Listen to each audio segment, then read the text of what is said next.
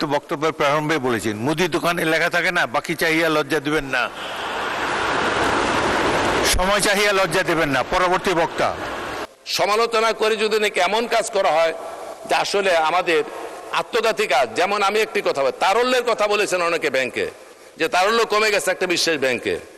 মাননীয় স্পিকার, কেন কমছে? এই টাকা গড়ে তুলে নিয়ে যদি আইডিয়াল মানিতে রূপান্তর করে রাখেন, মানি সার্কুলেশনে যদি এটা ব্যবহার না করেন, তাহলে তো তারল্য কমবে।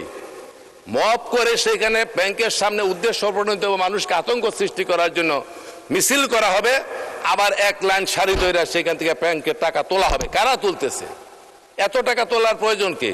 এক এক দিনে 5 লাখ 10 লাখ টাকা এই যে তুলতেছে, এই টাকা কি নিত্য প্রয়োজনীয় কোনো চাহিদা পূরণের জন্য? নো, এটা উদ্দেশ্য প্রণোদিতভাবে এই টাকা তোলা হচ্ছে। কাজেই সেইখান থেকে বিরত রাখার জন্য বিরোধী দল এবং সকলের কাছে আমি অনুরোধ জানাবো, আপনাদের সহযোগিতা কামনা করব, যাতে তারল্য না কমে, এমন কোনো ঘটনার সূত্রপাত না করাই ভালো। মাননীয় স্পিকার, বাজেট আমি যদি বলি যে অর্থমন্ত্রী একটা সিলেবাস দিয়েছেন, মাননীয় অর্থমন্ত্রীর দৃষ্টি আকর্ষণ করছি।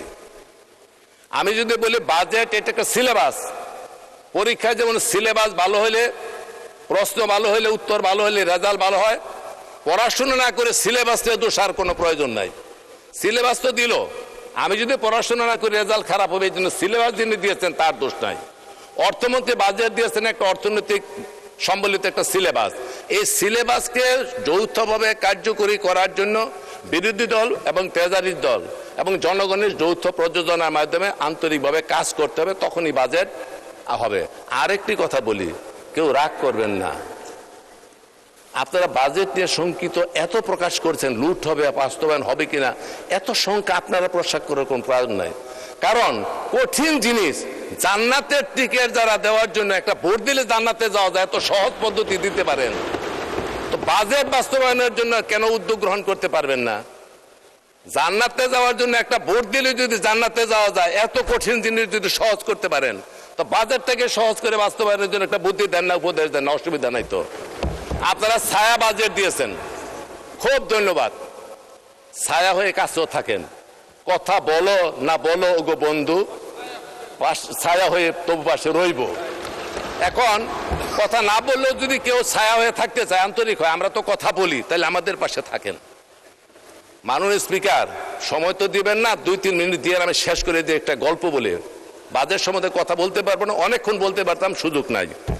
আকবরের নবরত্নের নাম শুনেছেন সকলেই, আবুল ফজল, ফৌজি, টোডরমল, বীরবল, তারপরে আপনার মানসিংহ, তানসেন, তারপরে আপনার আব্দুল করিম খানি খা, মোল্লা দোপেয়াজা।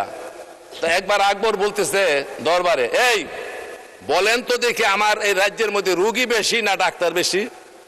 তো মোল্লা দোপেয়াজাকে বলতো বুদ্ধির রাজাহাজ নবরত্নে। তো বললো, হুজুর আপনার রাজ্যের মধ্যে ডাক্তারের সংখ্যা বেশি। তখন বলতেছে, এই প্রমাণ করতে না পারলে কিন্তু ক্ষমতা বুঝছো তোমার কি হবে। অন্য পারিষদ বর্গের থাউচুই করে, না স্যার এটা সাংঘাতিক টিটকারি করতেছে, ইয়ার কি করতেছে, আবার রুগীর চেয়ে ডাক্তার বেশি কেমন হয়। হুজুর আমার সময় দেন, 3 দিন প্রমাণ করে দেয়। কয় দিলাম। 3 দিন পরে আর আয় না মোল্লা দোপেয়াজা। 7 দিন পরে ব্যান্ডেজ করে, হাতে ব্যান্ডেজ, মাথায় ব্যান্ডেজ, কোমরে ব্যান্ডেজ করে ঢুকছে। আরে তোমার কি হলো, তোমার কি হলো? বলে, হুজুর সানের বাঁধানো ঘাটে গোসল করতে গেছি, পরে গিয়ে মাথা ফাইটা রক্ত গেছে, হাত ভেঙে গেছে, কোমর ভাঙছে, জ্বর ঠান্ডা কাশি, আইতে পারি নাই। এই শুরু করছে। একজনে বলে, আরে প্যারাসিটামল খাইছ? এইটা বলার সাথে আরেকজনে বলে, আরে এটা প্যারাসিটামলে ভালো হবে না, সেক দিছো কিনা গরম পানির। আরেকজনে বলতেছে, তুমি টিটেনাস নিয়েছো, না তো তোমার সর্বনাশ হইব। আরেকজনে বলে, এটা হবে না, টাকার অভাব থাকলে, বীরবল বলতেছে, অর্থমন্ত্রী ছিল, বলে তুমি টাকা চাইতা, তুমি চিকিৎসা ভালো করে করো। আরেকজনে বলে যে না, এগুলি কোনো বিষয় হলো কবিরা জানতে হবে অন্য রাজ্য থেকে। আরেকজনে বলতেছে, না এটা হবে না, তোমাকে ইনজেকশন দিতে হবে।